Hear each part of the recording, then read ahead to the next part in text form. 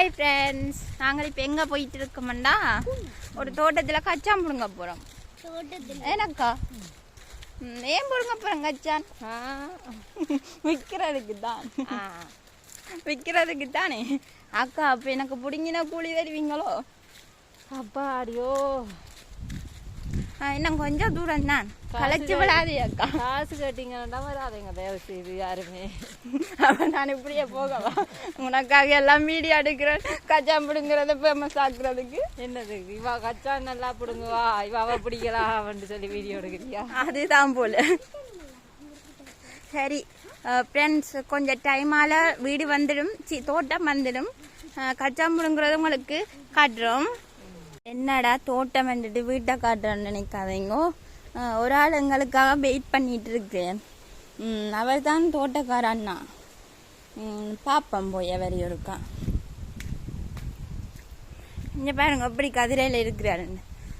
வயசு போனாக்களி எல்லாம் கச்சாமுருங்க விட்டுட்டு வேற தான் கதிரையில் இருக்கிறாள். நீர் தான். இப்போ வந்து எங்களுடைய கச்சான் தோட்டம் நல்ல வடிவாக தான் செஞ்சுருக்கிறார் அண்ணா.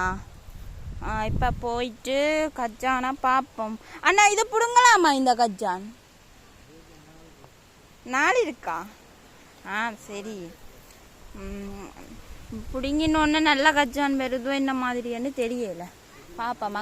அங்காள் பாத்திக்குள்ளே பிடுங்குறீங்க. அங்காள் சைட் போய் அதே முறுக்கா பார்ப்போம். சரி சரி சரி. அப்போ இந்த பாத்தியில இருந்து நாங்கள் பிடுங்குறது. Okay okay. நான் ஒரு கச்சான் ஒன்று பிடுங்கி உங்களுடைய வியூவர்ஸுக்கு காட்டிட்டு வரேன்னா. இல்லைங்க ஃப்ரெண்ட்ஸ். ஐயோ, ஒரு கச்சானியே பிடுங்க. இப்படித்தான் கச்சான் வந்து பிடுங்கிட்டு. இது சின்ன கச்சானு நினைக்கிறேன். அழுவானோ? அகலானா? ஆனா குரங்கு வந்து பெரிய அளவுல சாப்பிடும். இங்க நான் கச்சான் எடுத்து காட்டுறேன் ஃப்ரெண்ட்ஸ் உங்களுக்கு. சரி ஃப்ரெண்ட்ஸ், என்னண்டா நாங்கள் இப்போ எல்லாரும் கச்சான் பிடுங்க போகிறோம். எல்லாரும் பிடுங்கிட்டு இருக்கிறாங்க. பட் நாங்களும் பிடுங்க போகிறோம். சரி பாய். இன்னொரு வீடியோவில் வந்து சந்திக்கிறோம்.